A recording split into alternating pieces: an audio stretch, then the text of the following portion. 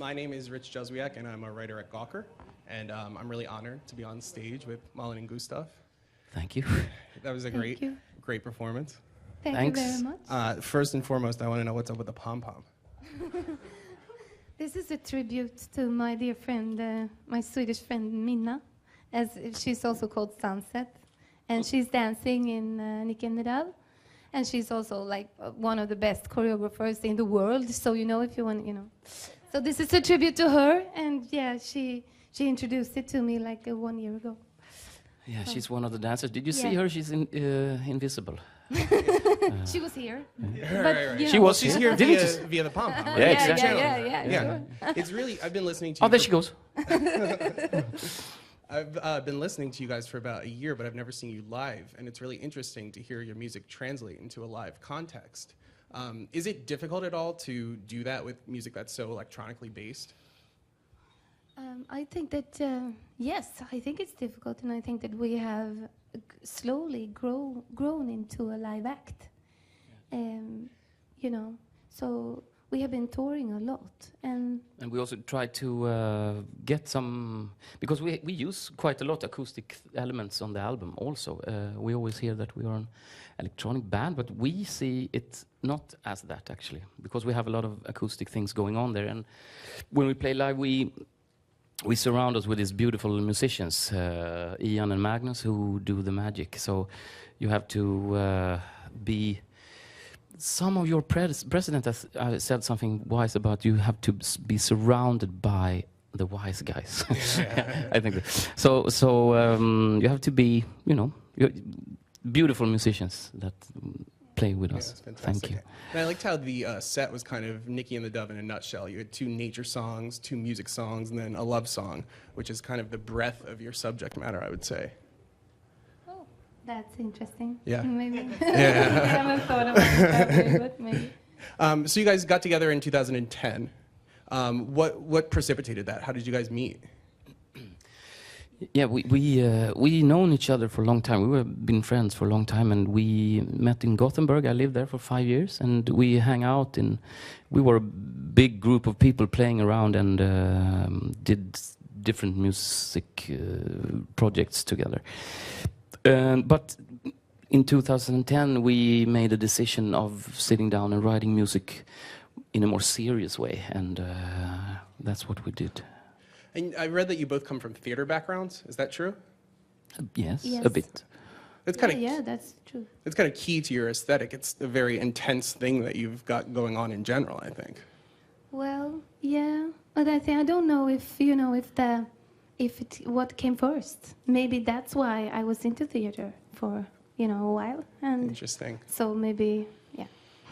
Yes, I think actually if we hadn't done the theater thing, I think the music would sound the same actually, to be honest. Pretty much. Yeah. We don't think about that when we write the music, absolutely not. But I wonder if it would look the same.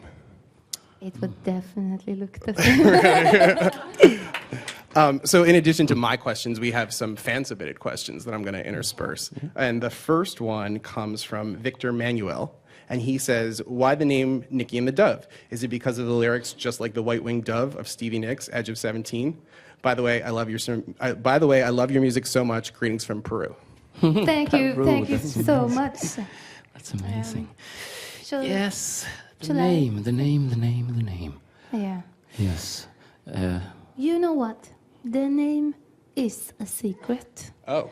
Yes, and we would like to keep it that way. All right. Because, and we have a different, we can tell you why. Because sometimes when you talk too much about something like a name that means very much to you, if you talk too much about the meaning, then you can sort of empty it for yourself, for your own sake. So I think that some things you don't need to talk about. And we live in this information world where we drowning in information it's about everything. like we expecting to get the information whenever, wherever about anything. So why not, just live by the fact that you don't have to tell everything, and you don't have to know everything. And, make up, have your own picture of something. Yeah. I think it's important that make people think for themselves a bit also. Well, imagination seems key to Niki and the Dove's whole aesthetic. Is it like a drawback that people call you Niki all the time, though? Well, no, it's not a drawback. Yeah, it's you okay. don't mind. They call me Niki, actually. Yeah, they call me Niki. Oh, really? Yes, and sometimes I'm the dove, and sometimes you're the dove. Yeah. When Last night okay. Oh, no. Go on, please. I won't go down that road, I think. You talked about, not necessarily agreeing with the label of electronic band. Pop is also a word that people use a lot to describe your music. Where do you fall in that? Are you a pop group? That's We're an a pop honor. group, Yeah. definitely. We love pop music. Yeah. We have always done that, so yes. Yeah. It's the power of the power of a good pop song. That is something that both me and Malin had a long time, a really big respect for that. Yeah, and I really truly feels it's an art form, I think. That when you hear that simple pop song and you can't explain why it touches you so much, it just makes you want to go on with your life and live your life. It's amazing, I think, and I never getting tired of it. Yeah. Well, I think that leads into another fan-submitted question from Oral Fix Podcast. Asks, has Kate Bush been an influence on your career? We have to say yes. She has, she is Kate Bush. Yeah. How can you? Yeah. You can't pass her. You're not hear her or see her. She's a living legend, I would say. So, of course. But I think that when you love music, and you live your life with music, that's your life. Then you are influenced by so much. You're the result of everything you listen to. So it wouldn't be fair to all the other music we have been listening to say we're just influenced by this or that, or she's definitely one of them. But, there's so many. So many, thousands. Yeah. Well, so many. When I was just researching you guys, people drop names all the time. Is it? Do you ever get annoyed to be compared with people? I often wonder, because it's the first time we do this, having a band. So I don't know how it works, but I wonder, I'm going to ask some other band if that happens. Does it happen all the time that people compare? Yeah, it must be like that. Yeah, it's part of the human condition to say Bon this sounds like that. Iver, when he puts out his music. It's the way of the world, maybe. Yeah, I think the human being is. We love. They. I'm a dog. You're a dove. Dog. Yeah, I'm Is a that dog. dog right Niki now? and the dog, but dog. No, but we love to structure things and put things in a drawer and put things in a structure and columns and straight lines and so on. That's why I think we're a bit afraid. If we don't really understand it, if we can't categorize it, we're a bit afraid, and so maybe that's why we. But I see it as a good way. All these names that we hear, it's fantastic. These are amazing music. These so. They are not bad. Right. No, Right. They're amazing, of course. Natasha Nelson asks if you could collaborate with one artist, who would that be? David Lynch, I think, for me. Why not? That would be interesting. Yes. Working with him. For sure. Musically, visually, both? David Lynch also. Because he seems to be such a... He has this attitude of I love that attitude that, he happens to write paintings. I read a biography about him now, and it's something that he has to do. But it could have been, playing in a heavy metal band, or I don't know. That was his channel of saying something important and comforting. Doing the art. Contribute to something, and he has that attitude. It's not like, I think you understand. I got it. Donald K.F. Finney asks, are you folk science fiction fans, or did the video for Tomorrow simply work out that way? Because the video is them in it's you in a spaceship. That was the director's choice, actually. And it's strange because the day we had the first meeting with her, I had this vision about that it's something spacey about the song. I don't know. I didn't know why. And then in the meeting, she mentioned this idea of putting Malin in a spaceship, and I was like, yeah, perfect. Let's do it.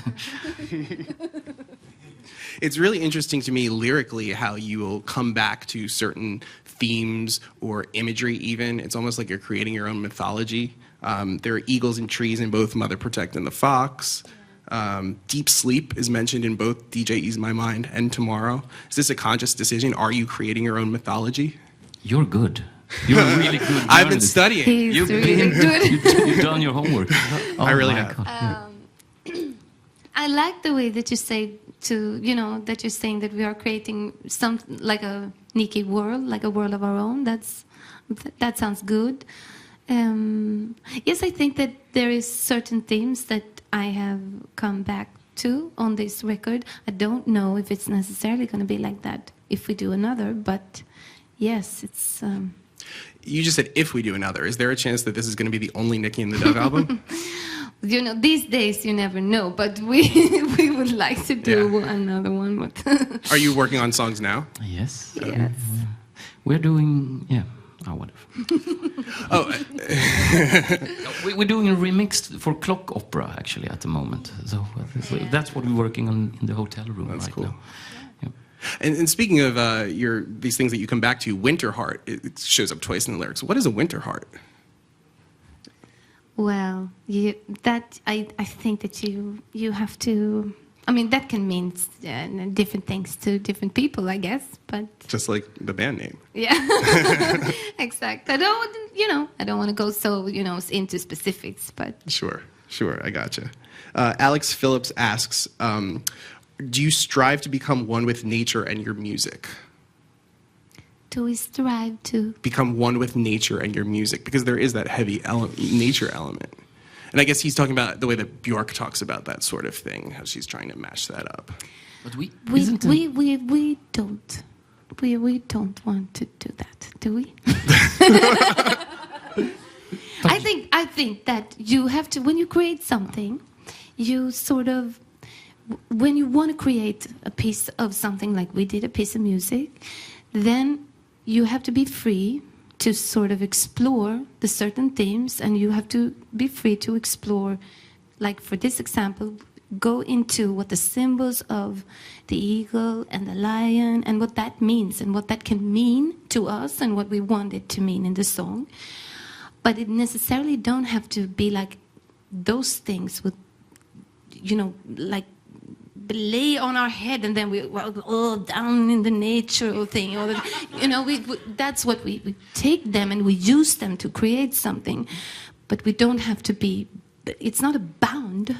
You have to let it go. Also, the human being is a part of the nature, aren't we? I think we are nature also. Johnny Wax asks, what are some of your favorite pop albums of the past year? And what is your opinion on all the great Swedish pop music being made these days? Do you feel part of the scene?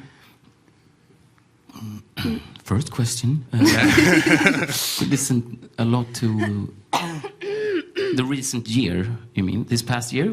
Sure. Let's say last 12 months. The new Mike Snow album is fantastic, I think.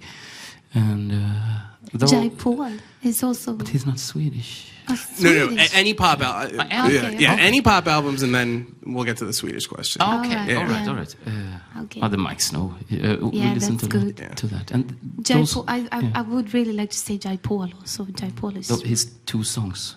He's only made 2 songs, but everybody is waiting very, very keen on hearing more. It's great, we can recommend. Blood Orange, I like that very much.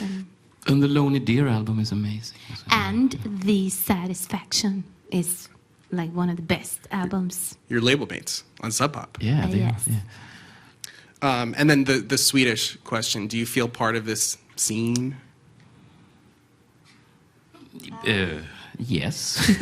We're Swedish and We play.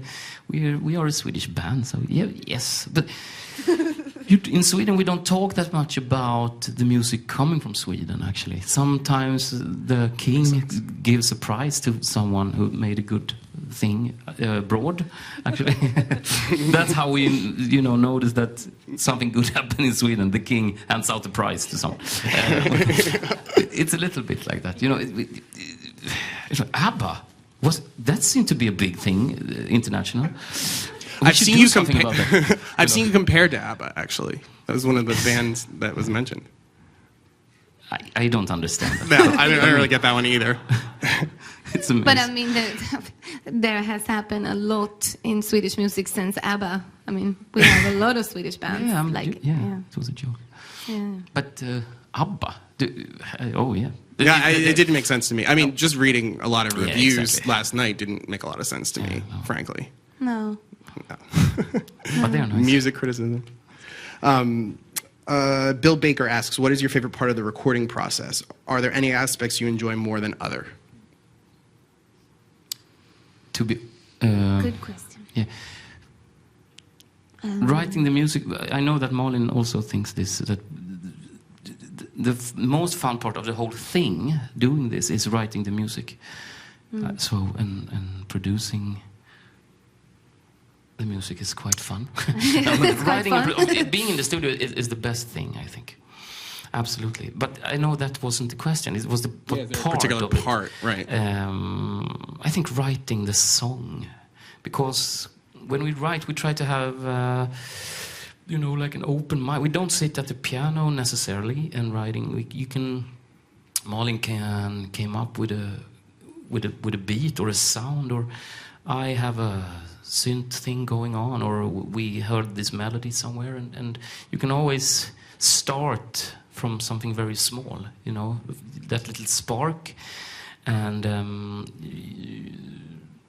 it's important not forgetting that little spark. We always tend to go back to it. If we go too far in one direction, we try to go, okay, what was the good thing about this? Because this isn't good anymore.